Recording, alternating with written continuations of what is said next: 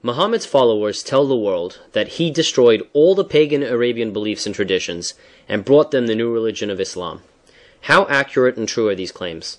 It is incumbent upon us to repeat as many times as necessary that almost all their claims are untrue, unsubstantiated, false, and deceptive, because the moment they are put under scrutiny based entirely upon the Muhammadan records themselves, all these mendacities can be and are uncovered.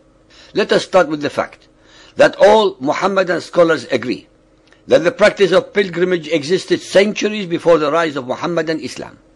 Muhammad and his pagan Arab, the tribe of Quraysh, as well as other pagan Arabs, were accustomed to celebrating this pilgrimage.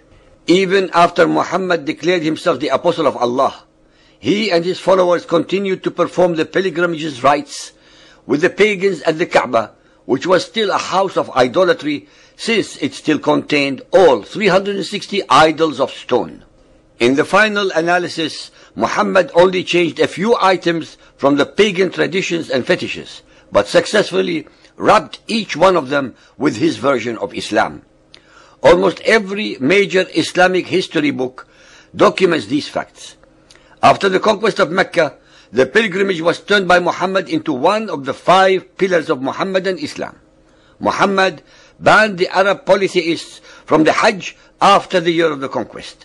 They were given 4 months either to embrace his cult of Islam or be slaughtered. Thus it will always be with peaceful Muhammadan Islam. After that, Muhammad made very slight changes in the ceremonial rituals of the pilgrimage, although he destroyed all the idols of the Kaaba. Yet Muhammad himself continued to practice many pagan rituals. He did not abolish them nor reject them. This created some consternation among some of his followers who expected him to completely uproot these idolatrous rudiments. Muhammadan Muslims continued and continue to date to practice many of the pre-Islamic pagan rituals, such as running between the 2 hills of Safa and Marwa or kissing the black stone.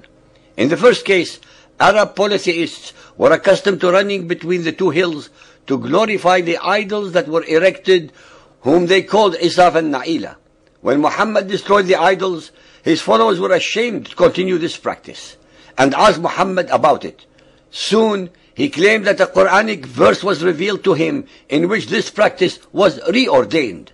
Hadith Bukhari 2.195, for instance, remarks, one of the companions said to Anas bin Malik, "Did you used to hate running between the Safa and Marwa?" He said, "Yes, because it was part of the pre-Islamic rituals until Allah gave Muhammad this verse and proclaimed that it was also one of Allah's ceremonial rites."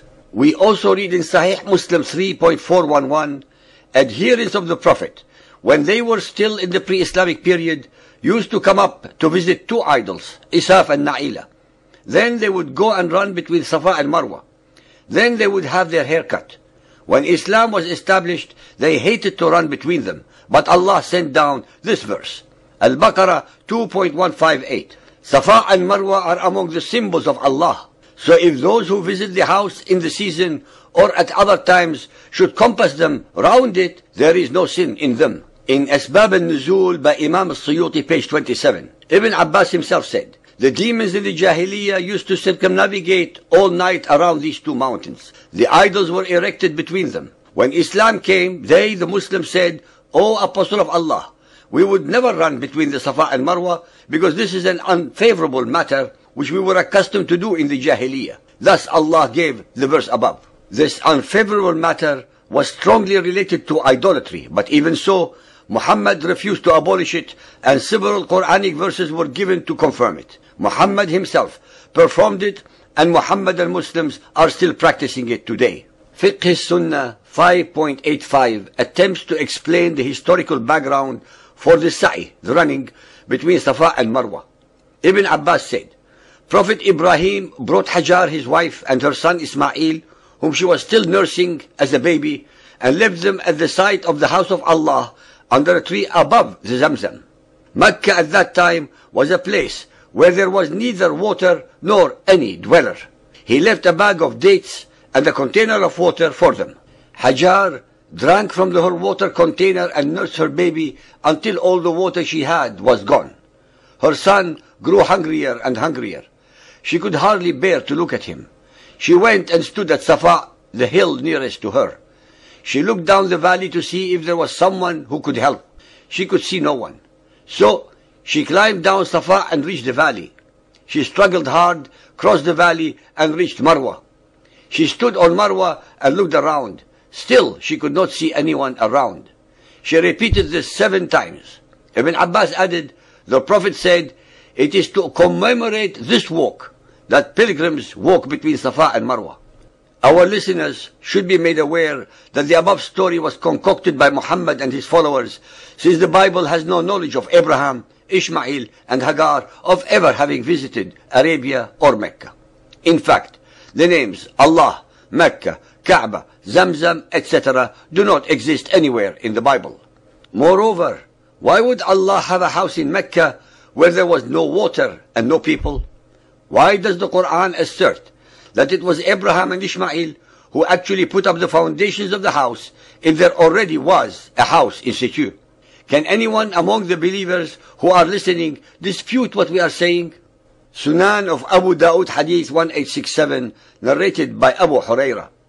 The Apostle of Allah entered Mecca, and after the Apostle of Allah had gone forward to the stone and touched it, he went round the house, the Kaaba. He then went to a Safa and mounted it so that he could look at the house. Then he raised his hands and began to mention to Allah as much as he wished and make supplication. Al-Tirmidhi Hadith 2624, narrated by Aisha. The Prophet said, throwing pebbles at the Jamrah and running between the Safa and Al-Marwa were appointed only for the remembrance of Allah. Ladies and gentlemen, not a single word in the hadiths above represent any theological truth or fact based on any documentary evidence or even upon any oral pagan Arabian tradition. The agenda of Muhammadan scholars had been and continues to be the creation for the Arabs and Muhammad a worthy genealogy, an ancestry and a history connecting the Hebrews, Abraham and Ishmael to themselves. They were and are still willing to go to any length of perversity, mendacity, deception, and any depth of stupidity and illogic to achieve this goal.